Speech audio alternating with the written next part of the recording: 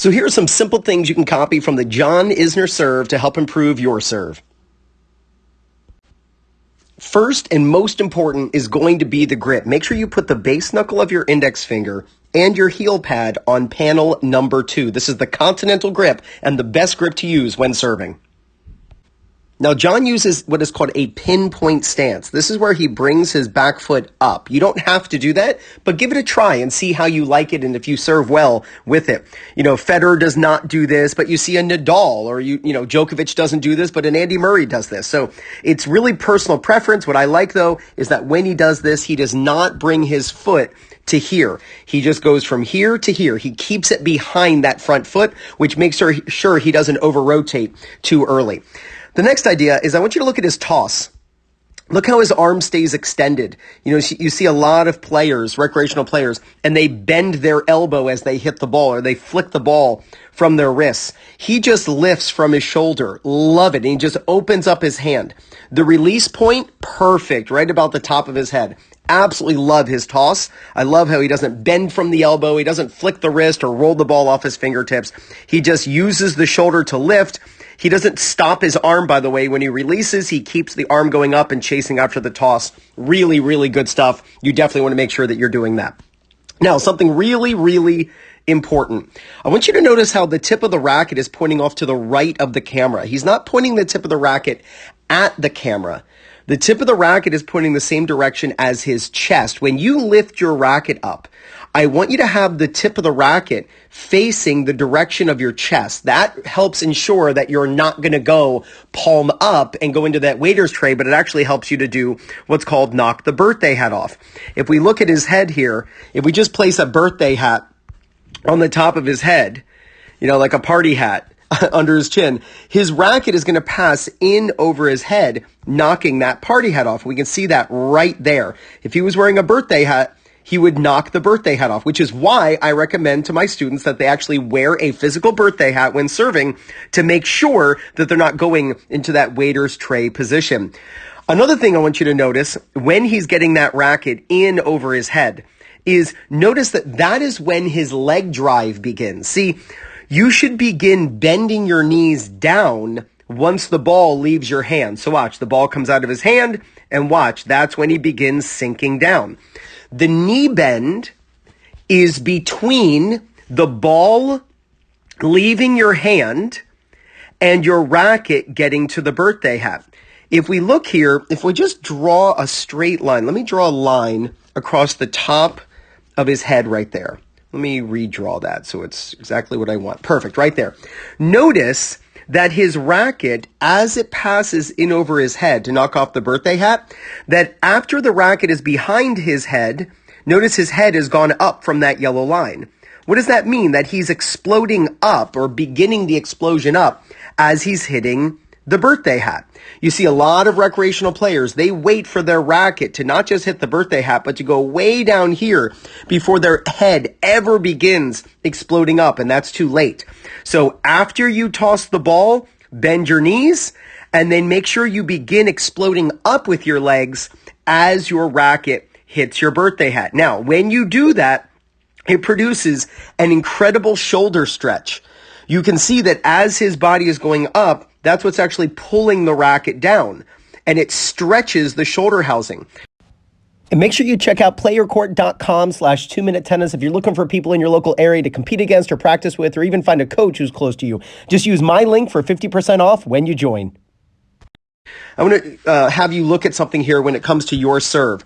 Notice that Isner has his elbow higher than his hand as the elbow is coming forward and up. You'll notice his elbow goes like this. Watch his elbow follow that line.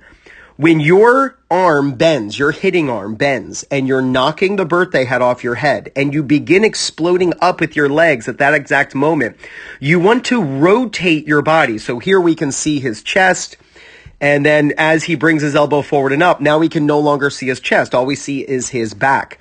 When you do this, if you're flexible enough, and you may have to work on your flexibility, you'll actually notice that from his elbow to his hand is a downward line slightly. Incredible shoulder flexibility and arm flexibility. Not common with recreational players. Film yourself. And at this point right here, look at your video and see if your elbow is higher than your hand when the racket tip is pointing straight down. It's not common, and if you're not doing it, working on this flexibility will absolutely help you improve the speed of your serve. So he's rotating into the serve. We can now see at this point his strings are actually slightly closed. I'm a big fan of teaching players, and it might sound funny, but I'm a big fan of actually teaching players to use the backside of their racket to hit the ball in this as a drill to learn this position, having the strings pointing slightly down at this point. Because his strings are pointing slightly down at this point, because of the continental grip and the technique that he's using, as he goes up to the ball, his racket is going to be on edge. So, sorry, a little technical difficulty there. So he's bringing the racket up on edge. It actually looks like he's going to use the frame of the racket, not even the strings. His strings are facing off to the left at this point. You know, you look at most recreational players in this situation, their strings are facing directly toward the sky, but not the pros. The pros have their strings facing off to the side, which will force pronation to happen to present the strings to the ball. Pronation is going to be the fastest way to move the racket through contact. I would actually advise you to not just use the back of the string sometimes when learning that proper technique, as I explained before, but actually to use the edge of your racket against the ball, just to learn what it's like to approach the ball with the edge. As you approach, you're going to pronate, and you're going to start turning the forearm. So here his strings are facing left. Here his strings are facing the target, so his strings and where his strings are pointing have really changed 90 degrees. He's not going to stay on edge, but he's going to start rotating. Now, once you begin rotating, you want to continue rotating. And you can see now his strings are facing off to the right. So before he contacted, strings were left. Obviously, during contact, strings are facing the target, and now his strings are facing to the right afterward. That's 180 degrees of change where his strings are pointing left and right just before contact and just after. And based on the amount of flexibility that he has in his arm, notice the pronation where when he's done, he actually has his strings facing up. I can remember Sampras and Becker doing this. Incredible flexibility in the arm. Not something that I can personally do, and most players cannot do this, but it's incredible the amount of flexibility that he has. Now, notice at this point, as he's hitting the ball right there, that we can barely see through his legs because his body is very much staying facing to the right. His body is not facing his target. His body is not facing the target. His strings are. His body is basically facing this net post right here. We want to have the body facing, if you're right-handed, to the right of your target. And if you're left-handed, you want your body facing to the left at your target. That actually helps you be more consistent, but it also helps you be more powerful. You'll notice we cannot see his left arm. You watch most recreational players, at this point with the contact, their arm is just hanging and dangling down to the left, or, you know, if they're right-handed. What you'll notice with John is when he tosses or brings the tossing arm down, his tossing arm goes down, but then he actually tucks it in against the body. Now, we can't see that from the back view, but he tucks it up against his body. That's actually a reactive break. It slows the body down to actually accelerate the racket. So tuck your tossing arm in against your body as you hit, which will actually help you accelerate the racket. And then last, you can see he follows through off to the right and then comes down on the left. So watch his racket follow that line. He swings off to the right, and then his racket crosses to the left side of his body down by his knees. We can see his back foot kick up for balance, and then he goes back to the ready position again for the next shot. So use your continental grip. Only use your shoulder to toss the ball. If you want to try the pinpoint stance, do it and just bring your back foot up against the front foot. After you release the ball, begin bending your knees. Approach the birthday hat with your racket. That's when you should explode up. You're going to rotate the body toward your target, but not fully, as we just learned. But you're going to start rotating your body toward the target and lifting your elbow up as if you're going to point your elbow at the ball. Work on having your strings pointing down. Again, if you want to work on having, a couple drills and a couple practice serves where you actually use the back of the strings to hit the ball, that will actually promote this position.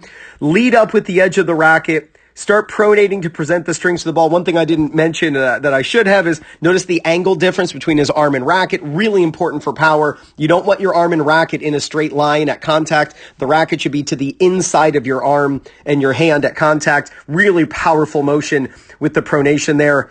Tuck the tossing arm into the body, check to see that you've pronated after contact, and then the finish as explained. So you work on these ideas, and there is no doubt you're going to gain confidence, win more matches, and play much better tennis.